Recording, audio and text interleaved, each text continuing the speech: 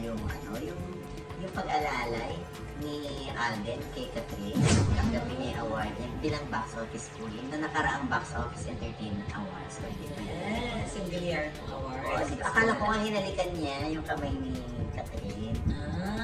Hindi na lang parang ginalalayan lang. Pero nagulat si Kat kasi nanay parang off-stage na si wala na sa stage si Alvin eh. Pero umappear siya sa stage para alalayan si Kat. Oo, di ba?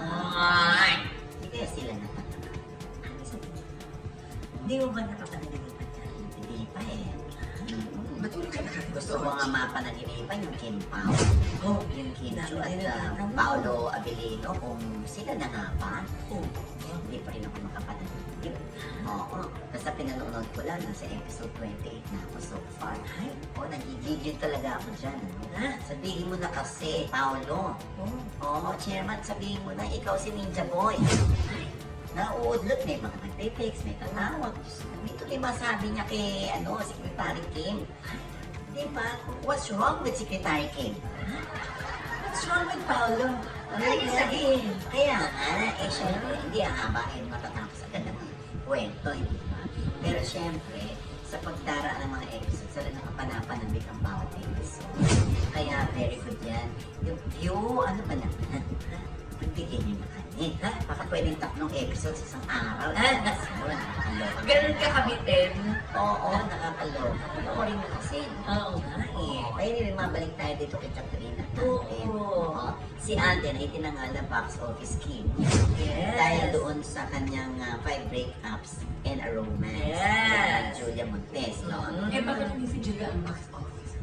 Wala kang pakialam. Hindi nga, si Catherine, kasi syempre, parang naungusan naman na a very good girl. Yung 5 breakups and a romance. Kaya si Catherine ang tinanghal na box office queen. Yung phenomenal box office king and queen naman, ayun naman ang nakuha ng Ding Dong Marian because of almost 1 billion na kinita ng Rewind. Yan.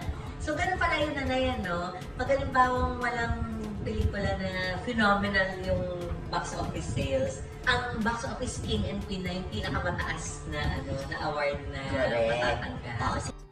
Good evening everyone. Ito po ang inyong lingkod, Jovel Rosales. Ano pa nga ba? Ang inyong isinusulsul sa akin. Ay! Imarates mo na, dali! Good evening again everyone, Luzon, Visayas, at Mindanao. Let's talk directly sa topic natin for this evening. So, ayun na nga guys, no? Ang unang-unang topic natin at pag-uusapan natin dito ngayon is all about Carlo Aquino and Charlie Dizon, kung saan nga ay napabalita nga na ay ikakasal na sila. So, parang yun na nga itatanong din natin sa kanila kung confirm ba talaga na ikakasal sila, no? So, meron niyang mga issue like for example si Carlo, 'di ba? Alam naman natin lahat na si Carlo is meron siyang anak, no? So sa kanyang ex-girlfriend. So yung babae naman ay na-interview naman siya at parang pinupunto niya lang na dapat hindi makalimutan yung bata. At anyway, ang pangalan ng bata is Mithi. So maganda, no? Maganda yung pangalan ng bata. Anyway, ganun talaga guys, no? Kasi dito sa atin wala naman talaga tayong yung parang officially na parang wala na kayo, parang ganun. Kasi dito sa atin kasi talaga pag ikasal ka na talaga, you are bound sa rules na you cannot be separated by your wife or in your husband if you are married to a church or to a civil wedding. So anyway, so yun naman talaga, no. So sa atin dito, for my understanding, meron tayong tinatawag na legally separated, yung parang magkakasundo kayo mag-asawa na hindi na kayo parang wala na kayong habol sa isa't isa at you will depart in your own ways. Yung ganon. So, yun nga, mahirap sa atin. So, yun naman talaga, wala talaga tayong, guys, no, yun ang tawag nito, yung parang legal remedy sa mga ganyan. Kaya dapat, kung nag-asawa kayo, siguraduhin nyo na yung aasawahin ninyo is sure na kayo na yun na talaga habang buhay. Hindi yung parang gusto nyo ngayon at mamaya ayaw nyo na, ha? Kayo ha, mga marites dyan. So anyway, proceed tayo sa ating next topic. Ang congratulations no kay Alden Richard and kay Catherine Bernardo sa kanilang award no. So sila ang tinanghal na box office king and queen no. Congratulations sa kanilang dalawa at yun na nga may issue na parang hinalikan daw ni Alden si Catherine. Hindi naman hinalikan guys, parang inabot lang yung kamay, parang ganun. Tapos medyo na ganun ang camera, hindi na nahagip, na hinawakan lang naman. Inalalayan lang ni Alden ang kamay ni Catherine para bumaba sa stage. Huwag naman kayong overreaction dyan. O, diba ha? Inalalayan lang, hindi hinalikan guys. So anyway, of course, congratulations as well kay Marian Rivera and Ding Dong Dantes for winning the phenomenal Box Office King and Queen Award for their movie na Rewind. So, ang ganda-ganda naman talaga ng movie na Rewind, guys, no? So, hindi ko pa siya napanood kasi alam nyo na nga na hindi naman talaga ako fan sa mga local movies. Yung kahit noon pa man sinasabi ko na yan, kung pupunta ako sa sinihan, parang mas bet kong tumingin sa mga international movies. Ito naman ay sarili kong opinion at sarili ko namang pera, no? So, may say ako sa mga ganyan.